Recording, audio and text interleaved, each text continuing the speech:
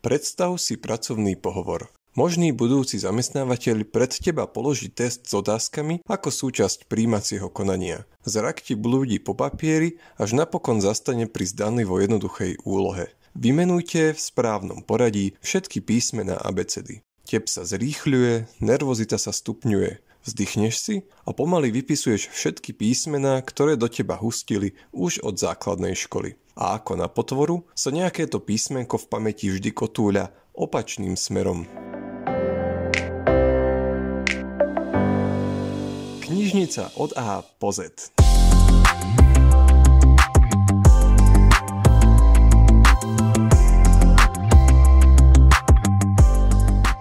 Vítam ťa, milý poslucháč, pri premiérovej časti nášho nového knižničného podcastu Knižnica od A po Z. Prináša ti ho Gemerská knižnica Pavla Dobšinského v Rožňave a pozdravuje ťa Marek. V tejto časti zistíš všetko o prepojení medzi knižnicou a abecedou. Časť 1. Abecedu svoju každodennú nezabudni dnes. Verte mi, vážne som netušil, že sa proroctvá plnia. A naozaj sa to stalo. Pamätám si, ako by to bolo dnes. Včera? Bolo to pred mnohými rokmi. Učiteľka stála pri tabuli a prívetivým pedagogickým tónom hovorila: Uvidíte, raz sa vám to v živote zíde. Alebo: tú abecedu budete vedieť, aj keby som vás prišla o polnoci zobudiť. Nečakaný nočný prepad som nezažil. Abecedu na prijímacom pohovore áno. A uspel som. Úsmev mi trošku opadol hneď v prvý pracovný deň. V momente, keď som si naozaj prešiel knižnicu od A po Z. Detektívky od A po Z. Červenú knižnicu od A po Z. Slovenskú tvorbu od A po Z. Svetovú klasiku od A po Z. Zavítal som tak do sveta tesnej abecedy.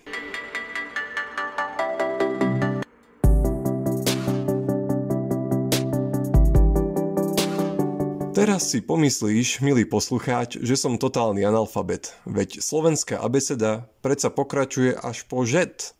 Ja viem, no mám hneď dva dôvody na to, prečo hovorím to, čo hovorím. Dôvod prvý, ide o zaužívané slovné spojenie. Dôvod druhý, nedokonalosť učí človeka pokore a preto použijem toto písmenko radšej v spojení je suis désolé.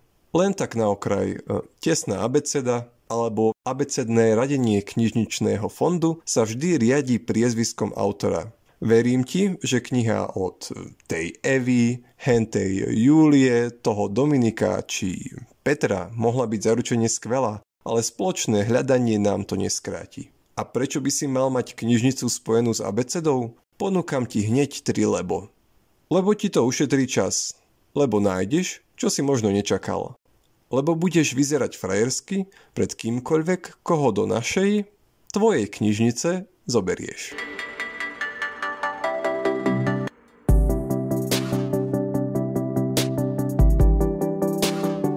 Poznáš to.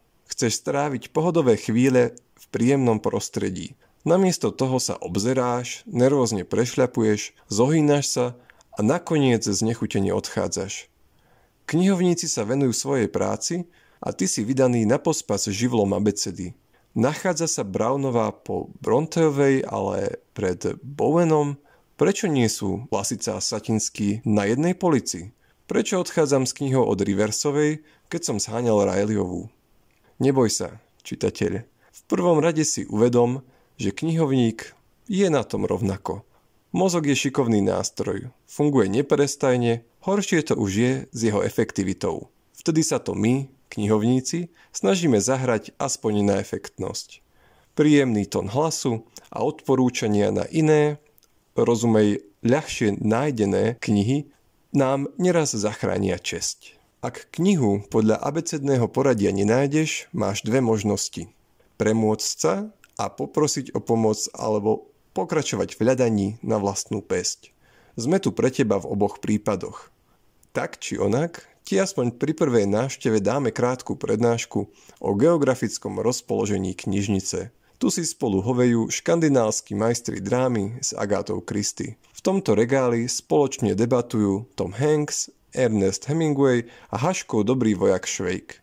O 300 metrov na východ nájdeš jedinú publikáciu Nory Mojsejovej. Knižnica je zároveň jediným miestom, kde dokážu na jednej poličke spolu vydržať Putin so Zelenským či Nikola Tesla s Thomasom Alva Edisonom. Vedieť abecedné poradie sa ti teda naisto v knižnici zíde. Jednotlivé písmenká sú bojami na rozbúrenom literárnom mori. Ak vieš plávať sám, môžeš na ne zabudnúť. Keď ti však dochádza dých, pokojne sa o ne opri.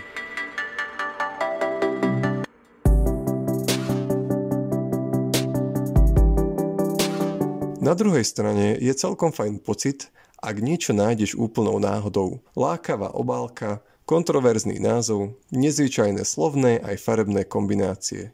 Všetky tieto veci ťa môžu podvedome osloviť. Možno si tú knihu nezoberieš dnes, ale na budúce na ňu už nezabudneš. Viem, o čom hovorím. Aj knihy však dokážu klamať telom, teda v ich prípade obalom. Preto nám múdri ľudia z vydavateľstiev láskavo tlačia aj anotácie. Aby sme si náhodou nezmysleli začať hospodáriť po prečítaní Orwellovej Zvieracej farmy alebo variť po záverečných stránkach receptov lásky. Jeden recept by som ti však odporučiť vedel. Čo tak si vybrať každý mesiac jednu knihu v abecednom poradí. A keď sa dostaneš k žetku, zopakuje si túto sériu cvikov na tvoje mozgové bunky a predstavivosť ešte raz. Takýto postup si zaiste môžeš vybrať aj pri obľúbenom žánri či problematike.